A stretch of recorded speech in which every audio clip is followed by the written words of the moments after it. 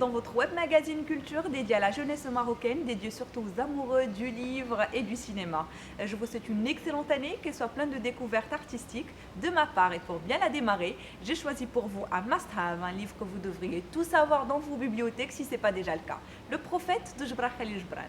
Vous ne connaissez pas Gebran Khalil Gibran, c'est un poète, écrivain libanais né en 1883 et mort en 1931. Sa philosophie est simple, universelle et intemporelle. Ce que l'homme a le plus divin en lui, c'est surtout l'émerveillement qu'il a devant la vie. Gebran Khalil Gibran brûlait de vivre, il privilégiait l'amitié des femmes et ne se privait d'aucune voie d'expression. Outre ses livres et ses poèmes écrits en arabe et directement en anglais, il fut un peintre reconnu aux États-Unis, sa patrie d'exil. Il était aussi un éditorialiste reconnu dans la presse du Moyen-Orient.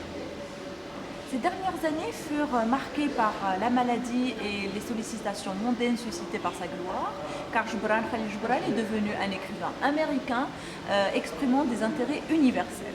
Entre ces rencontres Orient-Occident, ce poète incarne surtout l'acharnement de l'homme à être un vivant. Le Prophète est un livre publié en 1923 en anglais et devenu un immense succès international, traduit en plus de 40 langues et vendu quand même en dizaines de millions d'exemplaires à travers le monde. Cet ouvrage combine les sources orientales et occidentales du mysticisme et représente sous une forme philosophique questions-réponses sur divers sujets de la vie. Croyez-moi, le Prophète c'est plus qu'un livre, c'est un cadeau offert à toute l'humanité.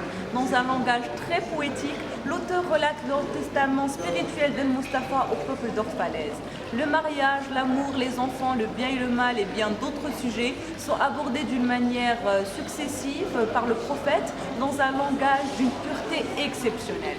N'oublions pas quand même que Gebran a travaillé 9 fois sans texte, d'abord en arabe puis en anglais, car disait-il, il voulait que chaque mot fût le meilleur qu'il eût à offrir.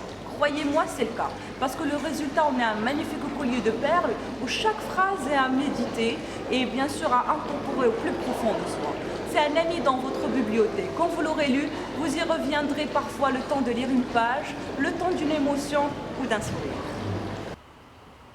Alors les amis, j'espère que je vous ai donné envie de découvrir cette œuvre poétique donnant des réponses philosophiques à des questions existentielles de la vie.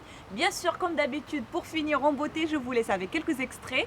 D'ici la prochaine vidéo, je vous souhaite une excellente lecture. À la prochaine!